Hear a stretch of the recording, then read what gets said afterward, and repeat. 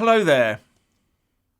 Under Tory plans to update the UK Constitution, the House of Lords might be moving to a location next to York railway station, permanently.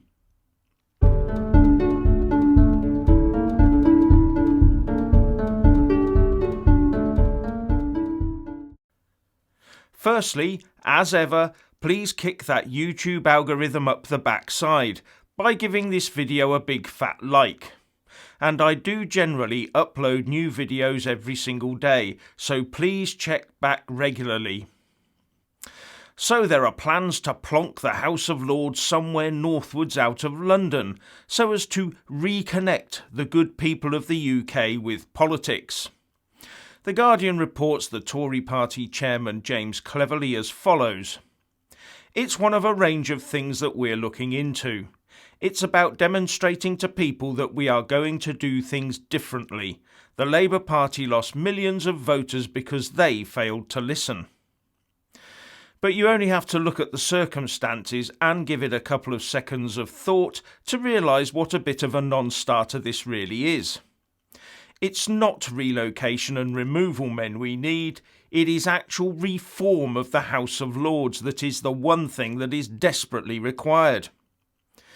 The first thing to point out is that the Palace of Westminster is due to be vacated from 2025 for a few years due to the extensive refurbishment plans anyway. And to be fair, the building does need this work being done. So the Westminster authorities need to find another home for our MPs, Lords and related staff anyway. So dusting off those plans and making it seem like it's all about listening to the people when it's probably more about logistics is a bit disingenuous, don't you think? And geographically splitting our Parliament and government in two, does that sound sensible to you? Just think about how the whole setup operates, with committees, joint committees and horse trading over passages of bills with what is known as the ping-pong process at the end. The House of Lords and the House of Commons may be in different chambers, but they do work closely together. Yes, it could be done by phone and by email, but at that level there's nothing one supposes like seeing the whites of the opposition's eyes and the sweat on their brow, is there? Well, there will likely be many changes. The first is that it will probably require a huge IT upgrade, because you only have to sneeze these days to need an IT upgrade, at huge expense. Be interesting to see who gets that contract, but it will force Parliament to update procedures. The second that we will see is the birth of a whole new industry for special couriers travelling between the two locations, despite the IT.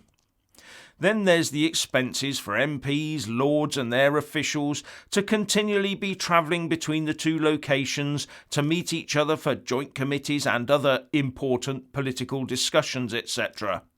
Wonder where all their cars will park. It will probably also mean putting those huge peace barriers all around the place with lots of extra armed police officers. And you can imagine the state opening of Parliament with everyone travelling to York for the Queen's speech. Well, that's unlikely to continue, and such a relocation would probably result in a bit of change in how these sorts of ceremonies are conducted. But the one thing that would definitely happen would be the pouring of untold millions, if not billions, into the recipient location.